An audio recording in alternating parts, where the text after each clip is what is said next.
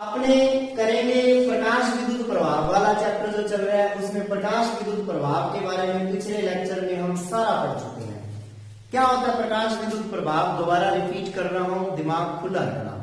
जब किसी भी धातु की प्लेट के ऊपर आके इलेक्ट्रॉन आके फोटोन गिरते हैं, या प्रकाश गिरता है, प्रकाश का मतलब फोटोन गिरते हैं, तो उसमें से क्या निकलते हैं? इलेक्ट्रॉन निकलते हैं। इस घटना को कहते हैं प्रकाश विद्युत प्रभाव। आने वाले फोटोन की ऊर्जा कितनी होती है? प्लांक ने बताया था E बराबर h न्यू ऊर्जा होती है। h प्लांक नियतांक है, न्यू आने वाले प्रकाश की आवृत्ति है, और न्यू को c बटे लैम्डा लिख देते हैं तो ये बन जाता है hc बटे लैम्डा। कोई फर्क नहीं है, ये आंसर आ जाता है। फोटोन क्या होते हैं हम पूरा पढ़ चुके हैं। रुकते ही फोटोनों का द्रव्यमान 0 हो जाता है। फोटोन जो होते हैं उनका जो संवेग होता है वो p होता है, वो E बटे c होता है। E बराबर mc स्क्वायर होता है। mc स्क्वायर को mc गुणा c लिख सकते हो, mc हो जाता है p, तो E बराबर pc आ जाता है। ये भी हमें करवाया था पिछले लेक्चर में। अब हमें समझना है कि प्रयोग कैसे करें। प्रायोगिक रूप से, एक्सपेरिमेंटल रूप से प्रायोगिक सत्यापन कर रहे हैं हम किसका? प्रकाश विद्युत प्रभाव का। उसके लिए क्या करते हैं? एक नली लेते हैं, उस नली में लगी होती है 2 धातु की प्लेटें। उसके से पहले एक वर्ड याद रखना, फ्रैंक और हर्ट्ज 2 वैज्ञानिक थे। उन्होंने कहा प्लेट चाहे कोई भी है, चाहे प्लेट पॉजिटिव है चाहे प्लेट नेगेटिव है, जैसे ही उस पर लाइट गिरेगी इलेक्ट्रॉन निकलेंगे। बस फर्क इतना है, अगर प्लेट पॉजिटिव है तो इलेक्ट्रॉन निकलते ही दोबारा अवशोषित हो जाएंगे, और अगर प्लेट क्या है?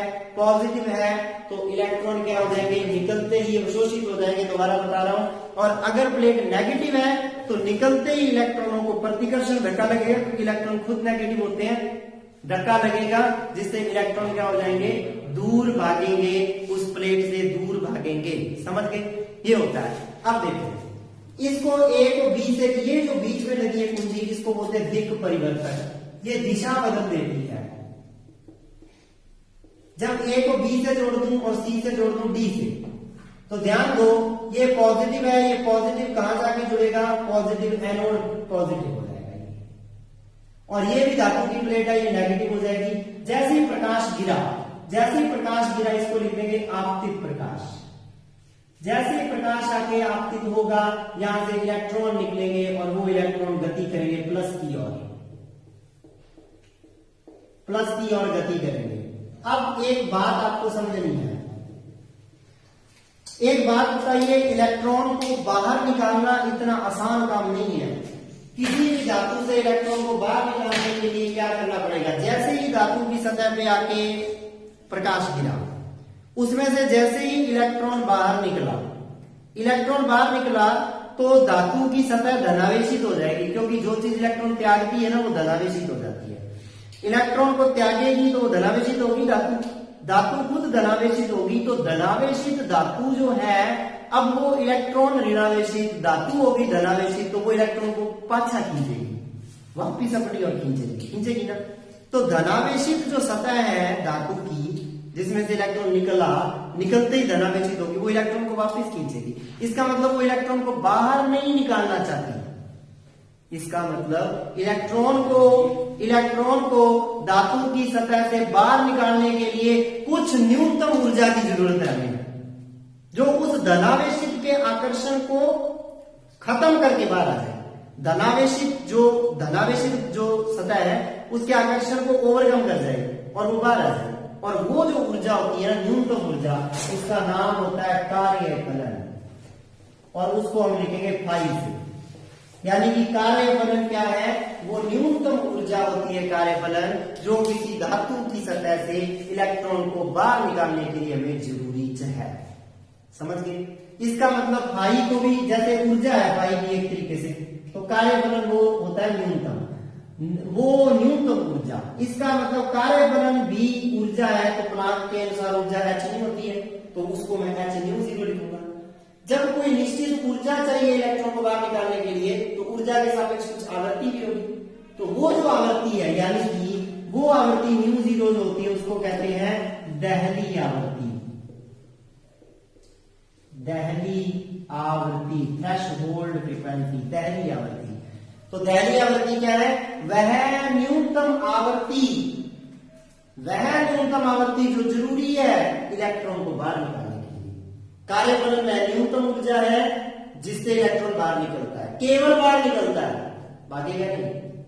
न्यू जीरो न्यूनतम आवृत्ति है जिससे जो जरूरी है इलेक्ट्रॉन को बाहर निकालने के लिए, और कार्यफलन वो न्यूनतम ऊर्जा जो जरूरी है इलेक्ट्रॉन को बाहर निकालने के लिए। समझ गए? तो ये बहुत आसान है। अब आपको पता है न्यू को लिख सकते हो सी बटे लैम्डा, लिख सकते हो ना? तो सी बटे लैम्डा 0 कर दिया, अतः 1 से समीकरण 1 से आपके पास फाई क्या आ जाएगा? फाई आ जाएगा एच सी बटे लैम्डा 0। इस लैम्डा 0 को कहते हैं दहली तरंगदैर्ध्य। तो 3 परिभाषाएं यहां होंगी, तीनों परिभाषाएं एक जैसी हैं, और एच आपको पता ही है प्लांक नियतांक है, और इसका मान जहां भी ये आएगा हमें बार बार लिखना है 6.62 गुणा 10 की पावर माइनस 34 जूल सेकंड नहीं बोलना। इसका मतलब इलेक्ट्रॉन को धातु की सतह से बाहर निकालने के लिए, सुनते जाएं, इलेक्ट्रॉन को धातु की सतह से बाहर निकालने के लिए कुछ न्यूनतम ऊर्जा का प्रकाश आना चाहिए।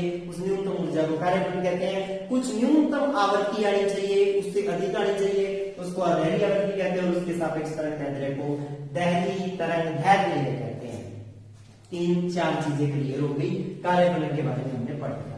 अब देखो, जो ऊर्जा आ रही है, क्या इलेक्ट्रॉन जो है जो बाहर निकल रहा है, क्या वो उस ऊर्जा को बस केवल बाहर ही निकलेगा? उसको चलाना भी तो है हमें, उसको चलाना भी तो पड़ेगा। इसका मतलब जो फोटोन आ रहा है यहां से, इधर से तो फोटोन आ रहा है, इलेक्ट्रॉन के पास खुद की तो कोई ऊर्जा है ही नहीं, है ना? इस डायग्राम का स्क्रीनशॉट ले लो, इसको साफ कर देता हूं।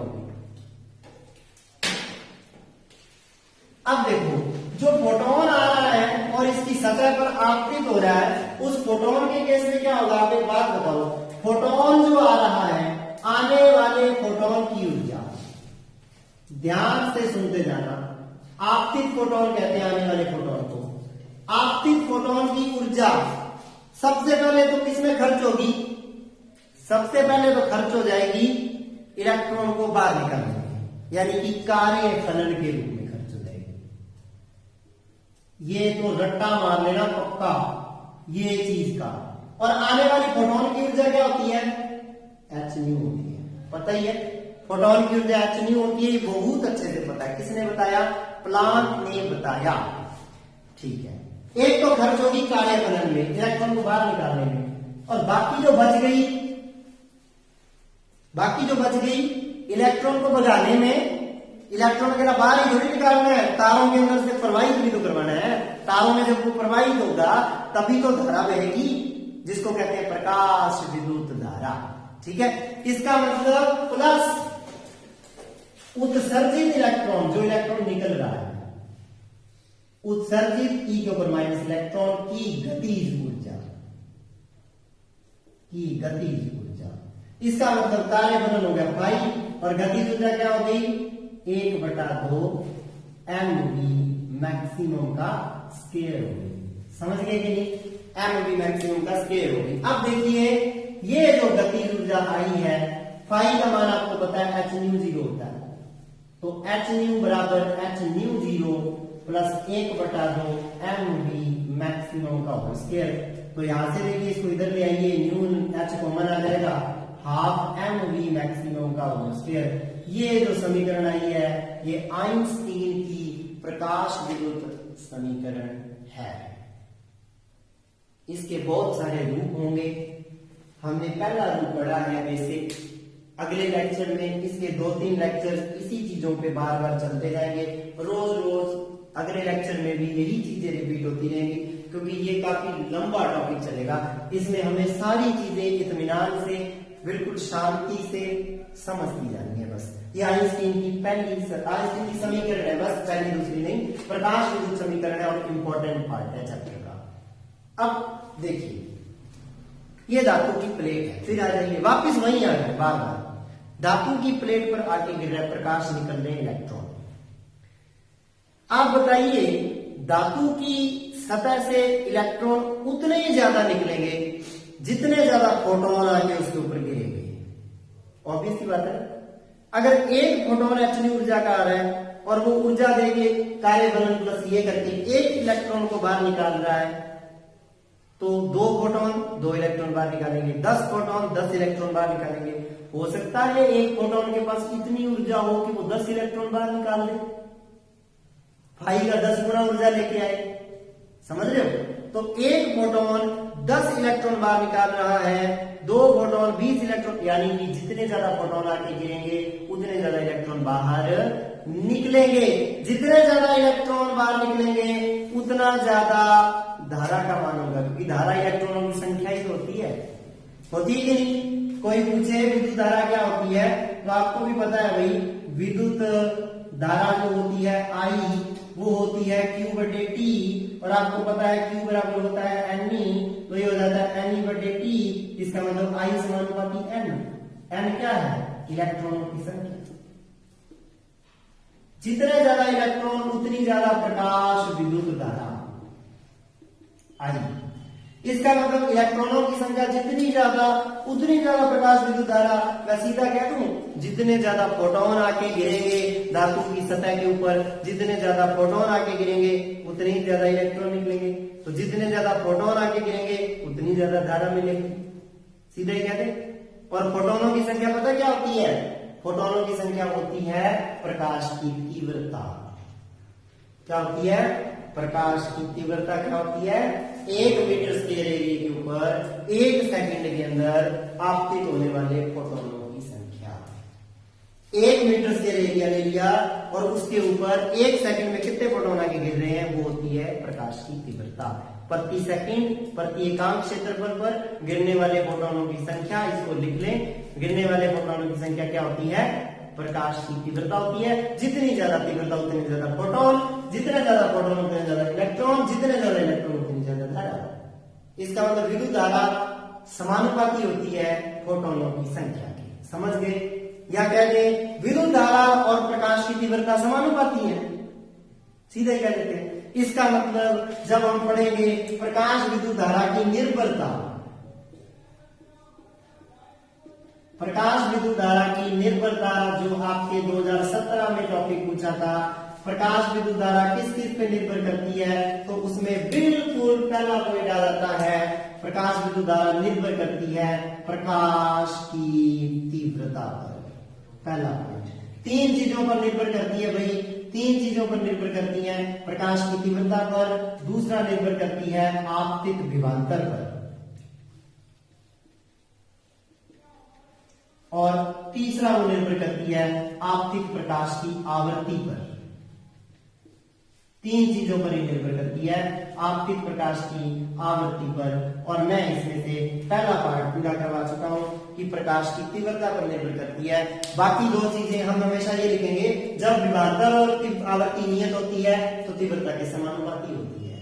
ठीक है? और अब ये करवा ही चुका हूं कि इस तरफ अगर मैं धारा बनाऊं आई और इस तरफ अगर मैं तीव्रता बनाऊं, तो तीव्रता के साथ, प्रकाश की तीव्रता के साथ जब मैं इसको ड्रॉ करता हूं, प्रकाश की तीव्रता के साथ जब मैं धारा को बनाता हूं, तो ये ऐसी रेखा आती है, क्योंकि धारा आई समानुपाती होती है तीव्रता के। और प्रकाश की तीव्रता क्या होती है? 1 मीटर स्क्वायर पर, दोबारा कह रहा हूं, 1 सेकंड के अंदर गिरने वाले फोटोनों की संख्या होती है। जितने ज्यादा फोटोन उतने ज्यादा इलेक्ट्रॉन निकलेंगे पटाख से बाहर, जितने ज्यादा इलेक्ट्रॉन उतनी ज्यादा धारा। इसका मतलब प्रकाश की तीव्रता समानुपाती है किसके? आपकी विद्युत धारा समानुपाती है प्रकाश की तीव्रता के। बाकी 2 नियत रखे जाएंगे। पहला टॉपिक क्लियर। दूसरा पॉइंट पढ़ेंगे विभवांतर, तीसरा पॉइंट पढ़ेंगे आवर्ती। प्रकाश विद्युत धारा की पहली निर्भरता पढ़ चुके हैं, किस पर? तीव्रता पर। अब प्रकाश विद्युत धारा की निर्भरता पढ़ेंगे लगाए गए विभवांतर पर, आरोपित विभवांतर पर। तो 2 नंबर पॉइंट लिख लेंगे प्रकाश विद्युत धारा की विभवांतर पर निर्भरता। तो पहली निर्भरता पढ़ चुके हैं, इसका ग्राफ समझेंगे। ये 2016 में ग्राफ बनाना ही पूछा था। क्या होता है देखो, सबसे पहला काम थोड़ा सा ध्यान देना। ये 3 चीजें मैंने दर्शाई हैं, तीव्रताएं हैं ये तीनों। एक्स अक्ष पे विभवांतर है, वाई अक्ष पे धारा है। I1 I2 I3 तीव्रताएं हैं। आप खुद बता सकते हो कौन सी तीव्रता अधिक होगी। तीव्रता और धारा समानुपाती है, जिसकी धारा ज्यादा वो तीव्रता भी ज्यादा। अब देखो ये वक्र ऊपर है तो इसमें धारा ज्यादा है, ये नीचे है धारा और कम तो तीव्रता भी कम होती जाएगी। इसका मतलब I3 सबसे बड़ा, I2 उससे छोटा, I1 उससे छोटा, ये हम पढ़ चुके हैं, तीव्रता के साथ ग्राफ बना चुके हैं। अब देखो किसी एक ग्राफ को पकड़ लो, आप I3 वाला ग्राफ देखो। मैंने एक बात बोली, ये मेरे पास है भाई प्लेट धनावेशित और ये मेरे पास प्लेट है ऋणावेशित। जैसे ही प्रकाश गिरा इलेक्ट्रॉन निकला, मैंने कोई विभवांतर नहीं लगाया, कोई धन ऋण नहीं लगाया, फिर भी ज्यादा भागने वाला, सबसे ज्यादा भागने वाला इलेक्ट्रॉन, कोई विभवांतर नहीं है। देखो विभवांतर 0 है, इस अक्ष के ऊपर 0 है ना, लेकिन धारा का मान 0 नहीं है। देखो कुछ धारा है, आप तीसरे वक्र को देखो, धारा तो कितनी है, देखो विभवांतर 0 है, धारा इतनी है। इसका मतलब 0 विभवांतर पर भी धारा है। क्यों है भाई? क्योंकि सबसे ज्यादा भागने वाला इलेक्ट्रॉन यहां पहुंच गया, समझ गए? सबसे ज्यादा भागने वाला इलेक्ट्रॉन यहां पहुंच गया, उसको रोक नहीं पाया, इसलिए धारा मिली। अब तो धारा बढ़ेगी, विभवांतर बढ़ाना शुरू कर दिया, 2 वोल्ट 3 वोल्ट विभवांतर लगाते गए तो धारा बढ़ती गई। एक टाइम आया धारा नियत हो गई, क्योंकि जितना एक इलेक्ट्रॉन जैसे ही प्रकाश गिरा इलेक्ट्रॉन निकला वैसे ही पहुंच गया, नियत होगी धारा, सारे इलेक्ट्रॉन पहुंचने लगे, धारा नियत होगी। उसको कहते हैं संतृप्त प्रकाश विद्युत धारा। जो नियत धारा होती है उसको कहते हैं संतृप्त प्रकाश विद्युत धारा। अब देखिए, अब विभव को पलट दीजिए बेटा। विभव को पलटने का मतलब ग्राफ पीछे का देखेंगे, V माइनस में, प्लस में तो समझ आएगा, माइनस में इसको माइनस कर दीजिए, इसको कर दीजिए प्लस। बहुत इंपॉर्टेंट टॉपिक आएगा। इसको माइनस कर दीजिए, इसको कर दीजिए प्लस, ठीक है। अब इलेक्ट्रॉन, ये तो पहले माइनस ही था, सॉरी पहले माइनस ही था, अब उल्टा कर देना, इसको प्लस कर दो, ठीक है, और इसको कर दो माइनस। अब क्या होगा? अब ये माइनस है, ये इलेक्ट्रॉन को अपने पास आने देगा? नहीं आने देगा। जैसे जैसे इसका माइनस बढ़ता जाएगा, इलेक्ट्रॉनों पे प्रतिकर्षण इस तरफ उल्टी दिशा में बढ़ता जाएगा, यानी कि पहले से इलेक्ट्रॉन कम पहुंचने लग जाएंगे। यहाँ इलेक्ट्रॉन कम पहुंचने लगे, धारा नीचे आती गई, ये बढ़ाता गया, मैं माइनस में बढ़ाता गया, धारा कम होती गई। एक ऐसा विभव आ गया, दोनों के बीच में विभव जब इतना हो गया कि सबसे ज्यादा भागने वाला इलेक्ट्रॉन, मतलब अधिकतम गतिज ऊर्जा का इलेक्ट्रॉन, सबसे ज्यादा गतिज ऊर्जा का इलेक्ट्रॉन क्या होती है? गतिज ऊर्जा 1/2 mv मैक्सिमम स्क्वायर, ठीक है। सबसे ज्यादा गतिज ऊर्जा का इलेक्ट्रॉन भी यहां नहीं पहुंच पाया, वापस मुड़ आया। और कार्य ऊर्जा प्रमेय क्या कहती है कि किया गया कार्य ही गतिज ऊर्जा के बराबर होता है। और कार्य कौन करेगा? ये विभवांतर कार्य करेगा। और आपको पता है ना, विभवांतर आपको मैं पढ़ा चुका हूं, W/Q बराबर क्या होता है? V होता है। तो W बराबर Q V होता है। Q की जगह इलेक्ट्रॉन है, E लिख दो, V की जगह कौन सा विभवांतर? V0। ये विभवांतर V0 होता है, जहां पर धारा शून्य हो जाती है, क्योंकि इलेक्ट्रॉन पहुंचना बंद कर जाते हैं। और इस विभवांतर को कहते हैं निरोधी विभव। 11, 13, 16, 15, 11, 13, 16, 15 इसको कहते हैं निरोधी विभव। निरोधी विभव वो विभव है -V0। निरोधी विभव वो विभव है जिस पर अधिकतम गतिज ऊर्जा का इलेक्ट्रॉन एनोड तक नहीं पहुंच पाता। यही बताया, रुक जाता है। इसका मतलब धारा शून्य हो जाती है। इसका मतलब W बराबर QV, तो आपको पता चल गया, Q को E लिख दूंगा, V को V0 लिख दूंगा, और इसको W को लिख दूंगा EV0, बराबर कर दूंगा इसके। ये समीकरण याद रखनी है, यानी कि EV0 बराबर 1/2 mv मैक्सिमम का स्क्वायर। गतिज ऊर्जा बराबर हो जाती है इसके। ये EV0 कार्य उल्टी दिशा में हो रहा है और गतिज ऊर्जा इस दिशा में थी, तो वो दोनों कैंसिल हो जाएंगे। ये हो जाता है इसलिए इसके अंदर इसको कहते हैं K मैक्सिमम। ये K मैक्सिमम है ना, मैक्सिमम गतिज ऊर्जा। और इस विभव को कहते हैं निरोधी विभव V0। तो ये ऋणात्मक विभव होता है, इसलिए मैंने माइनस लगा दिया। ये दो इफेक्ट पूरे हो गए, मोस्ट इंपोर्टेंट टॉपिक है ये, आरबीएसई बोर्ड का वेरी वेरी इंपोर्टेंट, पक्का आना है। 11, 13, 16, 15 में आया है, बार बार ये रिपीट होता रहता है, इससे किसी ना किसी तरीके का क्वेश्चन आता ही रहता है। बाकी जब न्यूमेरिकल करेंगे प्रकाश विद्युत प्रभाव के और समझ आ जाएगा ये चीज है क्या। अब तीसरा पढ़ेंगे पॉइंट। 2 पॉइंट पढ़ चुके हैं प्रकाश विद्युत धारा की निर्भरता के। तीसरा पॉइंट है आवृत्ति पर कैसे निर्भर करती है। आवृत्ति बढ़ाते जाओगे प्रकाश की तो h न्यू के अकॉर्डिंग प्रकाश की तीव्रता बढ़ती जाएगी।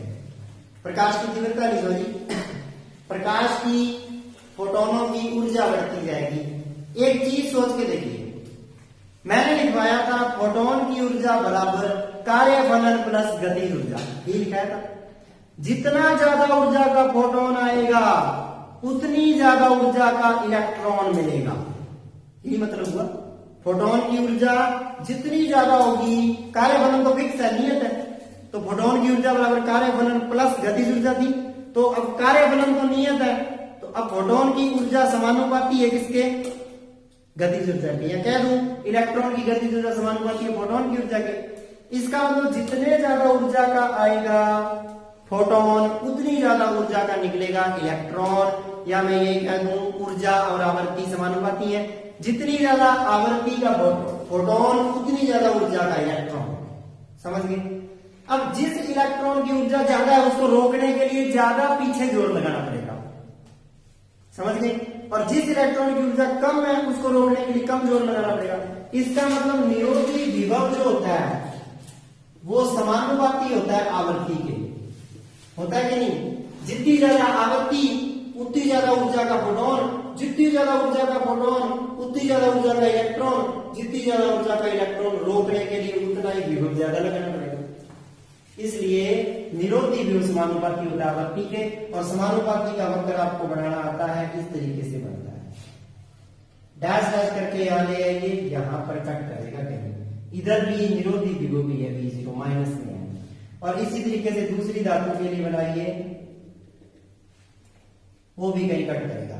अब ध्यान दो, ये पहले के लिए दूसरे के लिए, ये जो आवृत्ति होती है ये दहली आवृत्ति होती है, जो मैं आपको बता चुका हूं, न्यूनतम आवृत्ति जो इलेक्ट्रॉन को बाहर निकालने के लिए चाहिए। इसका मतलब ये आवृत्तियां दोनों की अलग अलग है। पहली धातु की μ01, दूसरी धातु की μ02, ये धातु नंबर होगी 1, ये धातु नंबर होगी 2। यहां से एक साल क्वेश्चन भी आया था, ऐसा आगे कराऊंगा मैं अगले लेक्चर में। इसका मतलब इस धातु के लिए ज्यादा आवृत्ति चाहिए क्योंकि इसका निरोधी विभव ज्यादा है, माइनस में होता है निरोधी विभव ज्यादा। जिसकी आवृत्ति ज्यादा उसका निरोधी विभव ज्यादा, इतना बड़ा आ रहा है, ठीक है। ये पहले के लिए ये यहां से लेके V01 इतना है, V02 है ये दूसरी की आवृत्ति ज्यादा है तो निरोधी विभव ज्यादा। पहले की देखो आवृत्ति कम है, आवृत्ति ये देखो μ01 कम है, दूसरे के लिए देखो μ02 ज्यादा है, तो उसके लिए V01 भी कम, समानुपाती। ये वक्र देखो, जैसे जैसे आवृत्ति बढ़ाते जाओगे धारा का मान बढ़ता जाएगा और एक समय निहित हो जाएगा। अब यहाँ देखिए μ3 बड़ा है तो ऑब्वियस है पीछे तक जाएगा, क्योंकि उसके लिए V भी बड़ा होगा, अभी बताया, यहां से पता चल रहा है। इसके लिए μ2 और V2 भी छोटा, μ1 तो V1 भी छोटा। ये इसका क्या कहते हैं वक्र आगे, ये इसका क्या हो गई, निर्भरता खत्म हो गई। अब दहली आवृत्ति और कार्य फलन हम आपको समझा चुके हैं लेक्चर के स्टार्टिंग में, फिर उसका पार्ट आ जाएगा। उसके बाद प्रकाश विद्युत प्रभाव के नियम आ जाते हैं, और प्रकाश विद्युत प्रभाव के नियम यही है जो हमने कर लिए 3 पॉइंट, इनको 4 पॉइंट बना के लिख लेंगे। वो प्रकाश विद्युत प्रभाव के नियम हो जाएंगे। और आइंस्टीन की हम समीकरण कर चुके हैं, आइंस्टीन की समीकरण भी हमने मुकम्मल कर ली, उसमें थोड़ा सा रहा है, उसके लिए हम अलग से लेक्चर में फिर से आइंस्टीन की समीकरण रिकॉर्ड हो जाएगी। ठीक है दोस्तों, तो ये आपका आज की फैक्ट जो है वो कंप्लीट हो गई।